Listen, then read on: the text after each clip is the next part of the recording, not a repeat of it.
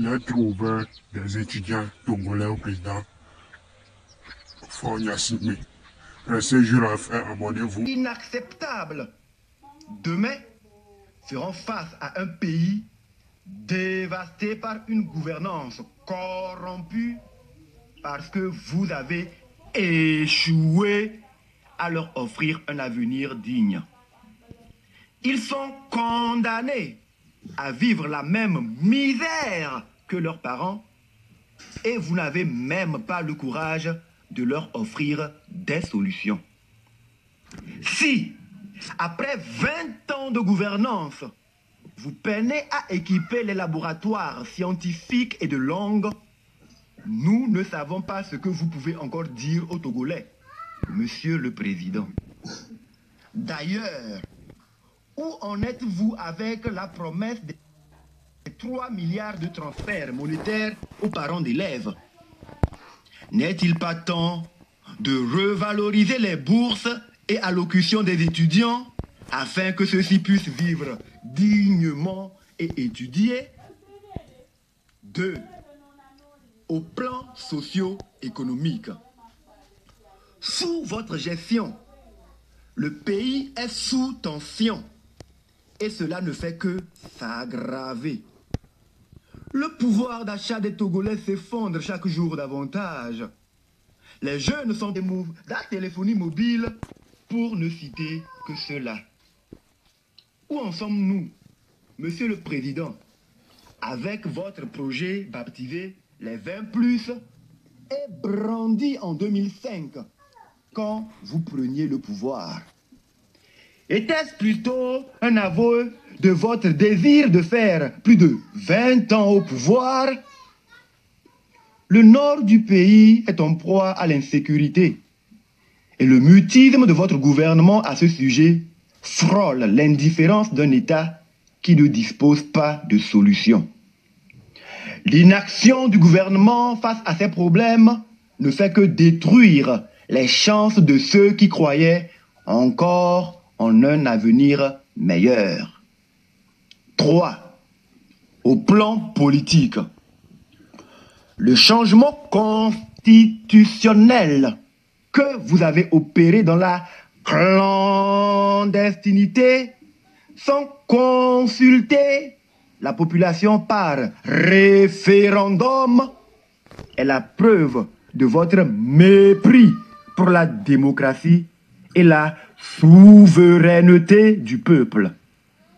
Vous avez bafoué les principes les plus élémentaires de la Constitution. Votre seul souci étant de mourir au pouvoir comme votre feu père. La société se demande ce que vous gagnez quand vos compatriotes meurent en détention pour avoir exprimé leur opinion sur votre gouvernance catastrophique.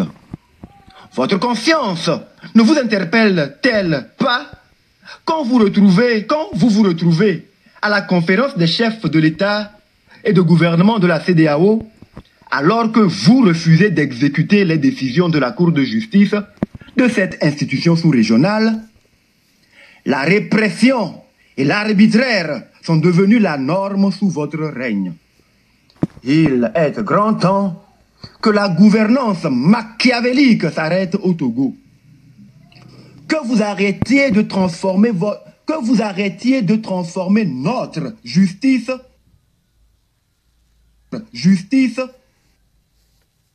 en un instrument de conservation du pouvoir et de répression des peuples.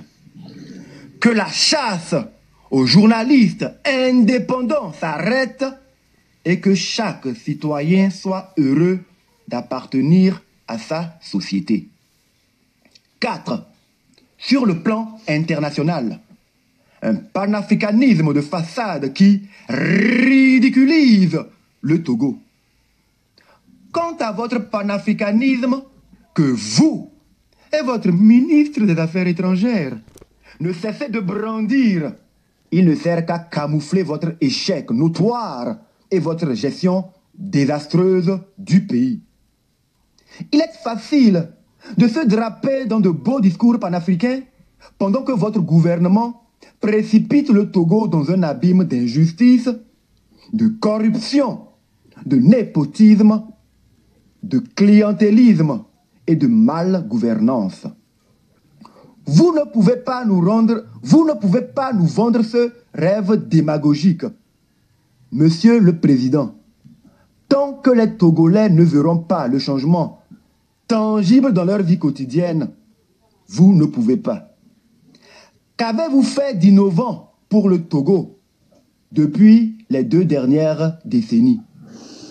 Comme l'Éternel à la création du monde, êtes-vous heureux de vous quand une passerelle piétonne s'écroule et tue presque une dizaine de vos concitoyens?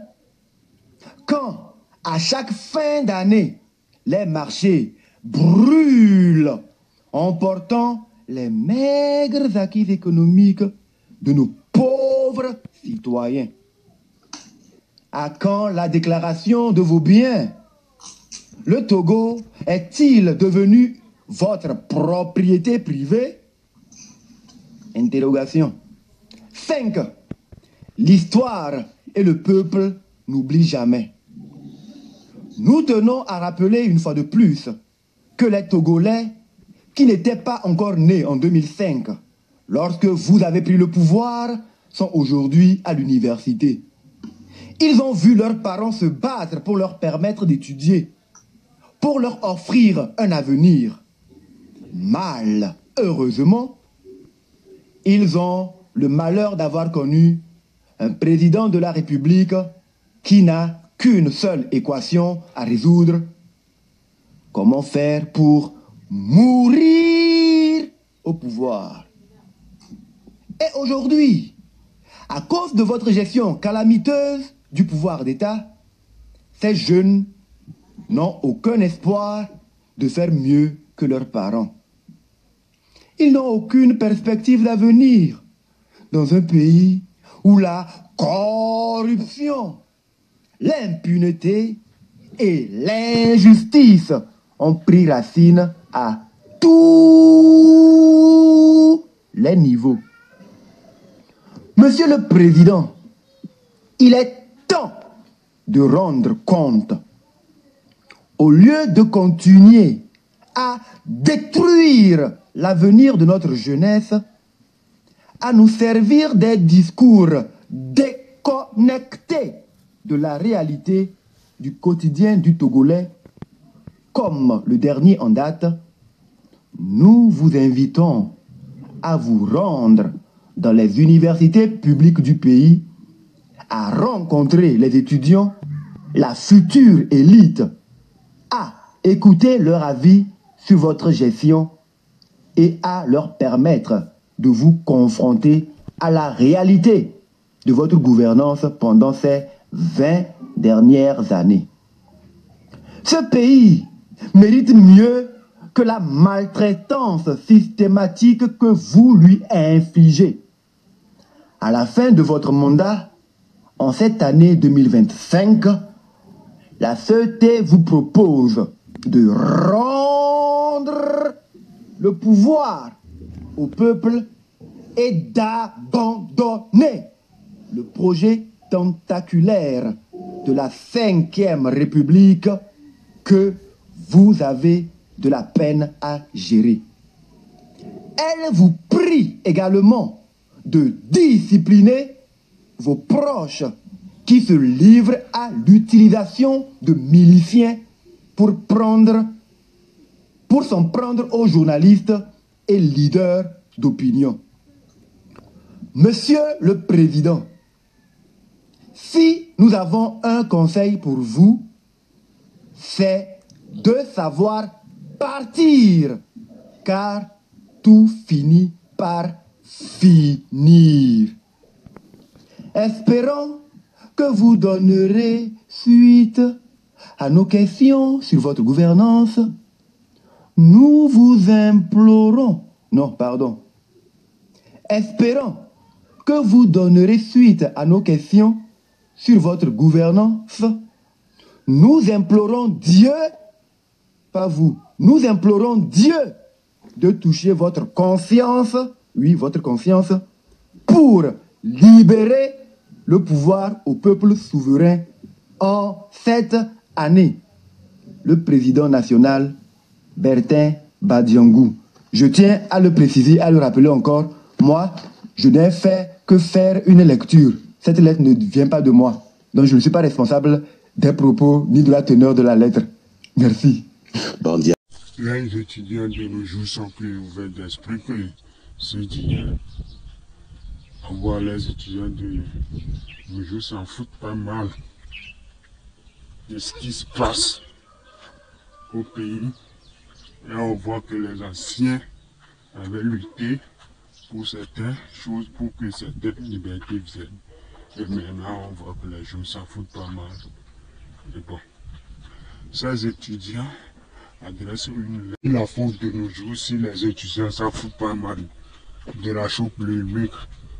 Ils ne s'intéressent plus à la chose publique. Pour eux, c'est des comédies, des choses inutiles, des choses qui ne servent à rien, qui ne leur permettent eux-mêmes d'évoluer.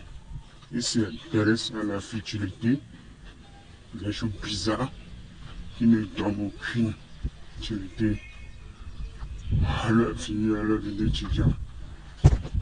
Heureusement, de nos jours, tout le monde passe qu'à lui seul. Et c'est dommage, très dommage pour le pays.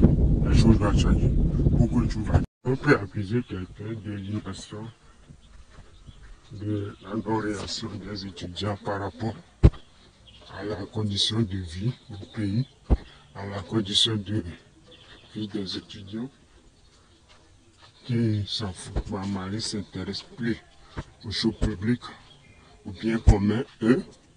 Je pense certains, parce que normalement, c'est eux qui sont les leaders de demain, c'est eux qui ont le devoir de diriger les choses de demain.